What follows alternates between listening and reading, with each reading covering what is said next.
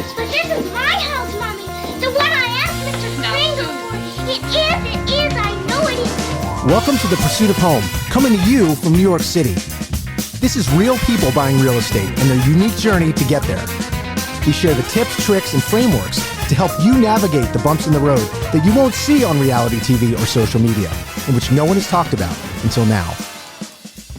Welcome back to The Pursuit of Home. In this podcast, I'm usually interviewing real people buying real estate to help you avoid the issues that they've already gone through, or at least to uncover what they're going to be for you, because sometimes you just can't avoid them.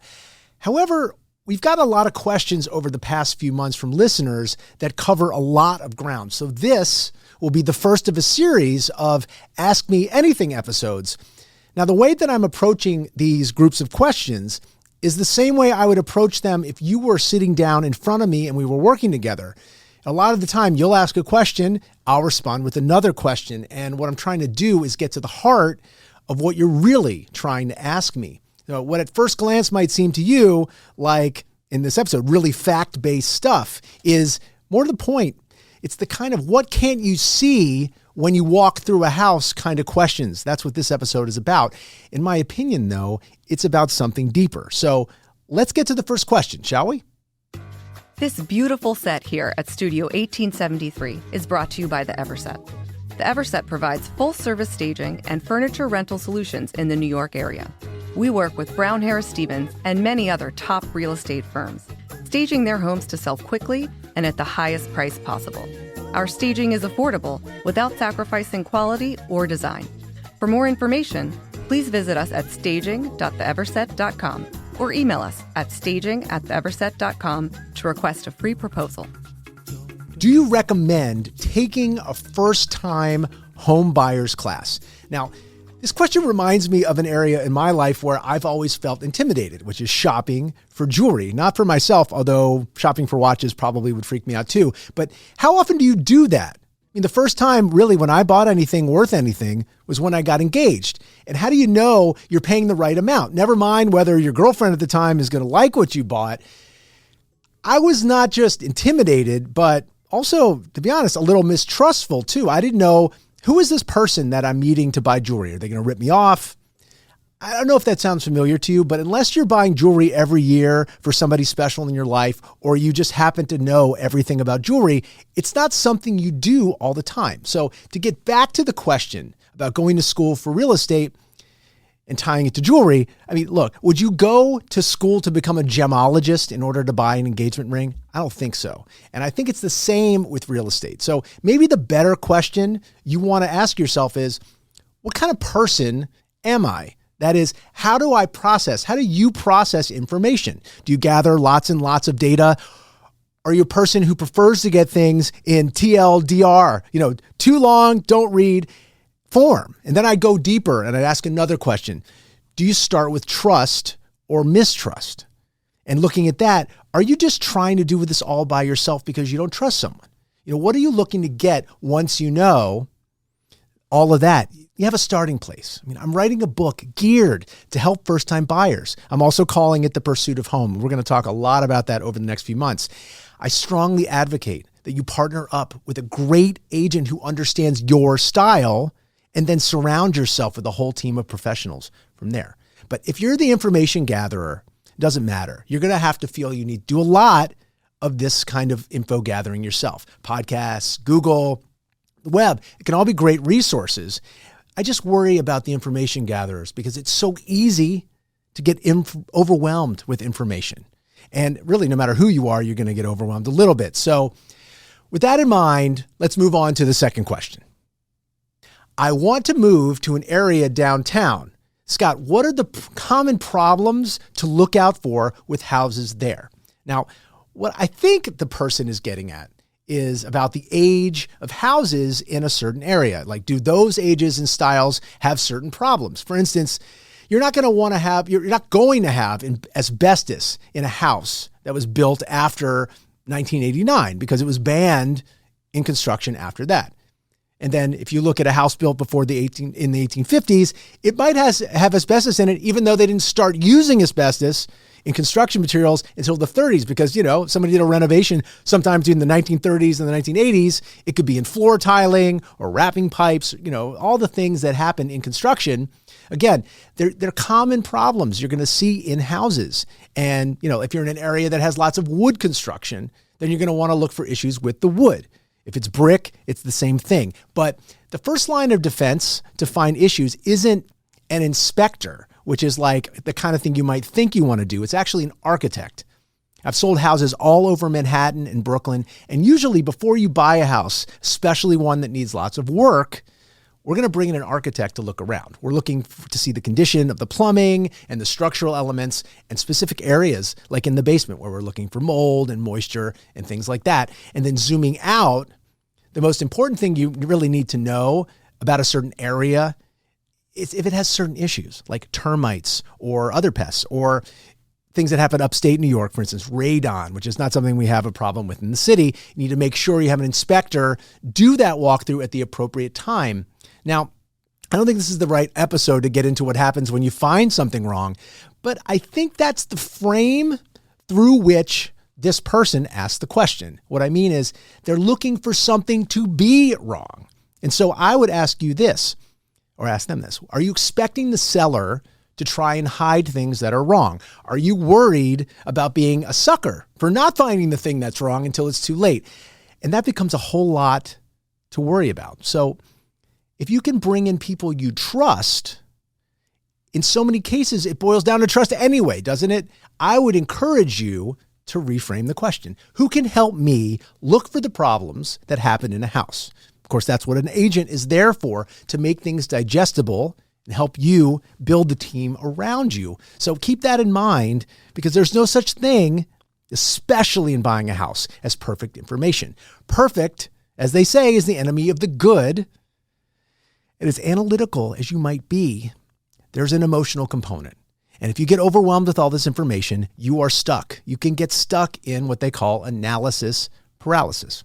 Now, I've taken the liberty of compiling a few more questions, and we're going to get to those right now.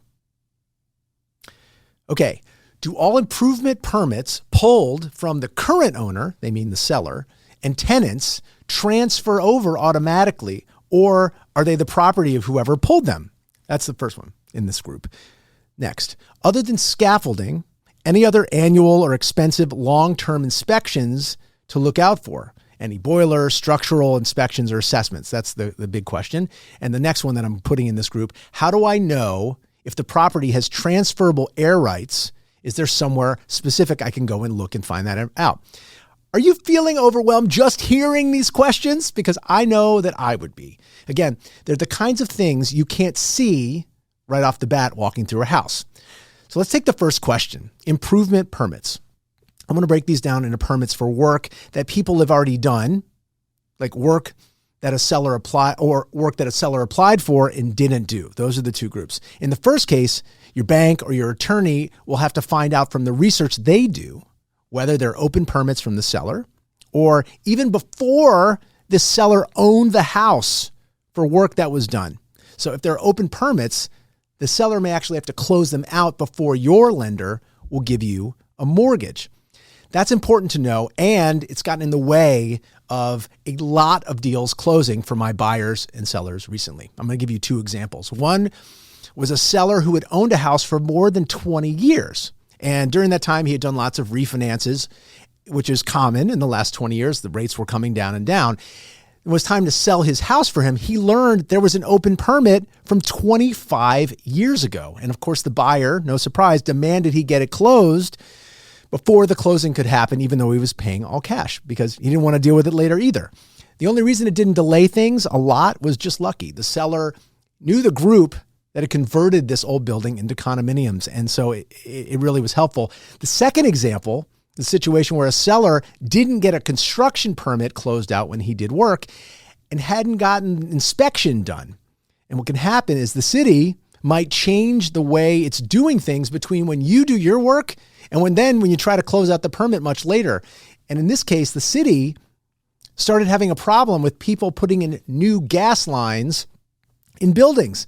It got really messy, and the seller had a decision to make. Either they needed to open up the walls and break all of this nice construction they had only done 3 or 4 years earlier, or abandon having gas in the kitchen. Now, the buyer might have been walking away over this. I think a lot of buyers, I probably would. This buyer happened to be okay with an electric stove, but you might have said, I don't want an electric stove, and the deal could have blown up. Now, the thing you need to know is the information to get this information has gotten much easier to search for. Like in the case of permits that a seller applies for and then didn't do the work, well, it depends on when they did it. Again, we're going back to the permits that they never did the work. This is when you're going to, again, need to ask an architect about the specific situation because these permits do expire. But lean on your team. Don't try to become an expert on construction. Now, the next question was about scaffolding. Any annual, expensive, long-term inspections to look out for. The boiler, the structural inspections, things like that. Now, this asker isn't just worried about today when it's time to buy, but all the things that can go wrong tomorrow. Now, I have some news for you. There are going to be things that go wrong in a house down the line, okay? Things like the roof and the air conditioning. If you're buying a house, your inspector will tell you how old the boiler is, okay? You're going to know that pretty easily. And you're going to learn if it's a brick house, in this case, depending on where you live, you may need to do regular inspections on the brick. But the kinds of ongoing inspections are a lot less rigorous for houses than they are for apartment buildings. Just bring in an architect to help you make that determination. It's a good question, but there's really no one-size-fits-all answer. And I think ultimately it just becomes a lot of information that may not be helpful to your decision-making. Now, assessments are something completely different. They get added to your monthly or annual costs. And in an apartment building, if they don't have enough in reserves to cover the surprise costs, it's just something that is monthly coming out of your pocket on top of your regular bills. Now, with an apartment building, you usually have more time to pay for it. In a regular building, in a house, it's just coming out of your pocket. This beautiful set here at Studio 1873 is brought to you by the Everset. The Everset provides full-service staging and furniture rental solutions in the New York area. We work with Brown Harris Stevens and many other top real estate firms, staging their homes to sell quickly and at the highest price possible. Our staging is affordable without sacrificing quality or design. For more information, please visit us at staging.theeverset.com or email us at staging@theeverset.com to request a free proposal. Now, someone asked, is there a way to know if property has transferable air rights? Is there somewhere I can look? Now, this is one of those only in New York kinds of questions, and it isn't just about what can go wrong, but actually what can go right. Now, if you live in Texas or Oklahoma or Louisiana, you might have oil under your property and you can sell the rights for somebody to look at it. In New York, you might have gold above your house because if the house isn't using every single square foot that it has the right to build, then the air above your house could be sold to someone nearby. There are all these rules about it who wants to add square footage to their building. That's what's called air rights. Now, in historic buildings, having air rights may not be worth anything to a developer, but they may still be worth something to you. So if you want to add on to your house, maybe you can do it. And there's imperfect information out there that you can use to research to see if a house has air rights, but I would be very, very careful. It gets into the width of the house, whether you can use the air rights yourself. And if you can't, a developer knows that too. And even if you could sell air rights, it becomes a negotiation with that in mind, which is a really big, fun rabbit hole to go down, which we can go down another time. But all right, on to the next question. Is the owner responsible for sidewalk, gutters, ice, or is that the city? And the answer, it depends. If you own a house in New York City, generally you have a responsibility to shovel the snow and bring out trash and bring back the empty cans at certain times, things like this, which makes New York into this little town again. If you own an apartment building, then the building staff generally takes care of this. I think the bigger question is whether you want to be responsible for things like this or not. And it can help you decide whether you want to live in an apartment or a house in the first place. Now, of course, in New York, you might be not surprised to know there's streets full of townhouses where there's a guy who takes care of things like shoveling snow and salting the sidewalk and bringing out trash for a monthly fee. And he probably does it for everybody on the block. And there are also people who move your car on the days that it needs to be moved for street cleaning. And those people don't want to park their car in a lot and they pay somebody a little bit. And so I think that's where I come out. You need to know what's more important. To know the things you need to know, or to know the people who know the things that you want to know. And my default question really becomes, when I'm trying to figure these things out, are there people who can help me either figure it out or do it for me? That answer when you're buying a home is almost always your real estate agent. And so as long as you've hired somebody that you trust, you're in a great place, because from there, you just need to decide how important it is for you to know everything, or whether it's better to have people in your life that you can go to. Now, I hope I didn't overwhelm you with too much information, but these are the kinds of questions. There's the question, and then there's the information below the question. And I think it's so much better to work out these things with your professional. You're going to get to the bottom of it, and you're probably going to have a much better experience when you realize it's not always about information and knowing everything. It's about getting comfortable and confident. And I hope you enjoyed this episode. This is a lot of fun to record. I hope it's not too much information for you just listening to all these answers. Many thanks to Sophia Phillips, who works on the Harris Residential team, my team, for compiling these questions for this Ask Me Anything episode. The Pursuit of Home is produced by Sophia and by the team at the More Network at Brown Harris Stevens. And if you like what you see or hear, subscribe to the podcast, follow us for your future episodes, and share with your friends. And of course, check out the show notes so that you can email us your specific questions. I look forward to another episode where we're going to bring on another buyer in the middle of their pursuit of home. I'll see you next time.